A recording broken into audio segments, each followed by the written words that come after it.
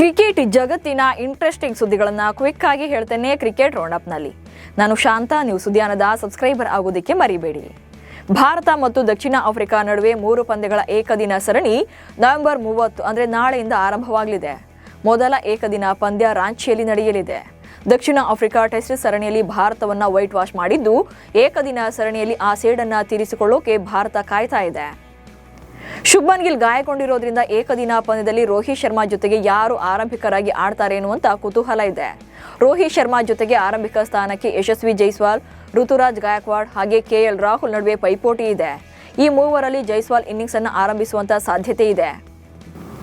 Head coach Gautam Gambhir ಮೇಲೆ ಭಾರತೀಯ test cricket ಅನ್ನು ಹಾಳು ಮಾಡಿದ್ದಾರೆ ಎಂಬ ಗಂಭೀರ ಆರೋಪ ಇದೆ.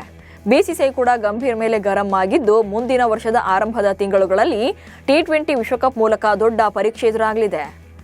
ಅಷ್ಟರಲ್ಲಿ ಗೌತಮ್ ಗಂಭೀರ್ ವಿಫಲರಾದರೆ ಅವರನ್ನ ಕೋಚ್ ಸ್ಥಾನದಿಂದ ವಜಾ ಮಾಡಬಹುದು ಎನ್ನುವಂತ ನಿರೀಕ್ಷೆ ಇದೆ.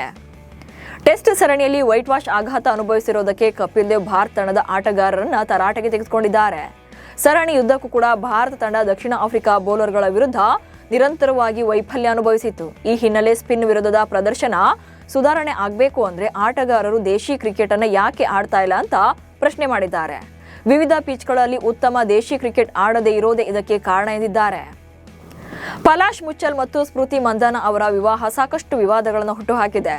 ಪಲಾಶ್ ಮತ್ತು ಸ್ಮೃತಿ ಇಬ್ಬರು ಇನ್ಸ್ಟಾಗ್ರಾಮ್ ಬಯೋ ವ್ಯಾಪಕ ಗಮನ ಸೆಳೀತಾ ಇದೆ. ಈಗ ಇಬ್ಬರು ಕೂಡ ತಮ್ಮ ಇನ್ಸ್ಟಾಗ್ರಾಮ್ ಖಾತೆಗಳ ಬಯೋಗಳಲ್ಲಿ ಎವಿಲ್ ಐ ಎಮೋಜಿಯನ್ನ ಸೇರಿಸಿದ್ದಾರೆ. ಇಬ್ರು ಕೂಡ ಒಂದೇ ತರ ಎಮೋಜಿಯನ್ನ ಹಾಕಿರೋದ್ರಿಂದ ಮತ್ತೆ ಒಂದಾಗ್ತಾರಾ ಎನ್ನುವಂತ ಚರ್ಚೆ ಶುರುವಾಗಿದೆ. 4ನೇ ಆವೃತ್ತಿಯ ಮಹಿಳಾ ಪ್ರೀಮಿಯರ್ ಲೀಗ್ ಆಟಗಾರ್ತಿಯರ ಹರಾಜು ಪ್ರಕ್ರಿಯೆ ಮುಕ್ತಾಯ ಬೆನ್ನಲ್ಲೇ ಇದೀಗ ಪಂದ್ಯಾವಳಿಯ ವೇಳಾಪಟ್ಟಿಯನ್ನ ಪ್ರಕಟ ಮಾಡಲಾಗಿದೆ. ಜನವರಿ 9ರಂದು ಮುಂಬೈನ ಡಾಕ್ಟರ್ ಡಿ.ವೈ. ಪಾಟೀಲ್ ಕ್ರೀಡಾಂಗಣದಲ್ಲಿ ನಡೆಯುವಂತ ಉದ್ಘಾಟನಾ ಪಂದ್ಯದಲ್ಲಿ ಹಾಲಿ ಚಾಂಪಿಯನ್ ಮುಂಬೈ ಇಂಡಿಯನ್ಸ್ ಹಾಗೆ ಮಾಜಿ ಚಾಂಪಿಯನ್ ರಾಯಲ್ ಚಾಲೆಂಜರ್ಸ್ ಬೆಂಗಳೂರು ತಂಡಗಳು ಮುಖಾಮುಖಿಯಾಗಲಿವೆ. ಡಿಸೆಂಬರ್ 12ರಿಂದ ಆರಂಭವಾಗುವಂತ ಅಂಡರ್ 19 ಏಷ್ಯಾ ಕಪ್ಗಾಗಿ ಬಿಸಿಸಿಐ ಭಾರತ ತಂಡವನ್ನ ಪ್ರಕಟ ಮಾಡಿದೆ. 14 ವರ್ಷದ ವೈಭವ್ ಸೂರ್ಯವಂಶಿ ತಂಡದಲ್ಲಿ ಸ್ಥಾನ ಪಡೆದಿದ್ದಾರೆ. ಇನ್ನು ಆಯುಷ್ ಮಾತ್ರೆ ನಾಯಕರಾಗಿ, ವಿಹಾನ್ ಮಲ್ಹೋತ್ರಾ ಉಪನಾಯಕನಾಗಿ ತಂಡವನ್ನ ಮುನ್ನಡೆಸಲಿದ್ದಾರೆ.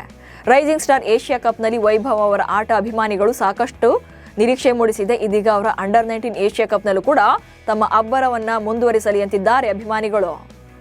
2025-26ರ ಸೈಯದ್ ಮುಷ್ತಾಕ್ ಅಲಿ ಟ್ರೋಫಿಯಲ್ಲಿ ಮುಂಬೈ ತಂಡ ವಿದರ್ಭ ವಿರುದ್ಧ 7 ವಿಕೆಟ್ಗಳಿಂದ ಗೆಲುವು ಸಾಧಿಸಿತು.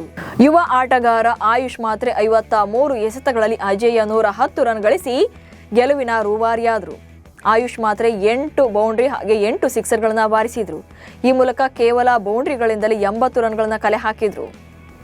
ಸೈಯದ್ ಮುಷ್ತಾಕ್ ಅಲಿ ಟ್ರೋಫಿಯಲ್ಲಿ ಮಾಸ್ಟರ್ ಬ್ಲಾಸ್ಟರ್ ಸಚಿನ್ ತೆಂಡೂಲ್ಕರ್ ಅವರ ಪುತ್ರ ಅರ್ಜುನ್ ತೆಂಡೂಲ್ಕರ್ ಗೋವಾ ಪರ ಮಾರಕ ಬೌಲಿಂಗ್ ದಾಳಿ ನಡೆಸಿದ್ದಾರೆ. ಅರ್ಜುನ್ ತೆಂಡೂಲ್ಕರ್ ತಮ್ಮ 4 ಓವರ್ಗಳ ಸ್ಪೆಲ್ನಲ್ಲಿ 3 ವಿಕೆಟ್ಗಳನ್ನು ಕಬಳಿಸಿ ಚಂಡೀಗಢವನ್ನು ಸೋಲಿಸೋಕೆ ನೆರವು ನೀಡಿದರು. ಎಡಗೈನಲ್ಲಿ ಬೌಲ್ ಮಾಡುವಂತ ಅರ್ಜುನ್ ತೆಂಡೂಲ್ಕರ್ ತಮ್ಮ ಮಾರಕ ಬೌಲಿಂಗ್ ದಾಳಿಯ ಮೂಲಕ ಬಲಗೈ ಬ್ಯಾಟ್ಸ್ಮನ್ಗಳಿಗೆ ಕಾಟ ಕೊಟ್ಟಿದ್ದಾರೆ. ಪಾಕಿಸ್ತಾನದ ಮಾಜಿ ನಾಯಕ ಬಾಬರ್ ಅಜಂ ಪ್ರಸ್ತುತ ಕಳಪೆ ಫಾರ್ಮ್ನಿಂದ ಬಳಲ್ತಾ ಇದ್ದಾರೆ. T20 ತ್ರಿಕೋನ ಸರಣಿಯಲ್ಲಿ ಶ್ರೀಲಂಕಾ ವಿರುದ್ಧದ ಪಂದ್ಯದಲ್ಲಿ ಬಾಬರ್ 0 ಗಳಿಸುವ ಮೂಲಕ ಮುಜುಗರದ ದಾಖಲೆ ಸೃಷ್ಟಿಸಿದ್ದಾರೆ. ಪಾಕಿಸ್ತಾನ ಪರ T20 ಕ್ರಿಕೆಟ್ನಲ್ಲಿ ಅತಿ ಹೆಚ್ಚು ಸಲ ಡಕ್ಔಟ್ ಆದ ದಾಖಲೆಯನ್ನು ಬರ್ಕೊಂಡಿದ್ದಾರೆ. ಇವಿಷ್ಟು ಇವತ್ತಿನ ಕ್ರಿಕೆಟ್ ರೌಂಡ್ ಅಪ್ ಸುದ್ದಿಗಳು. ನಮಸ್ಕಾರ.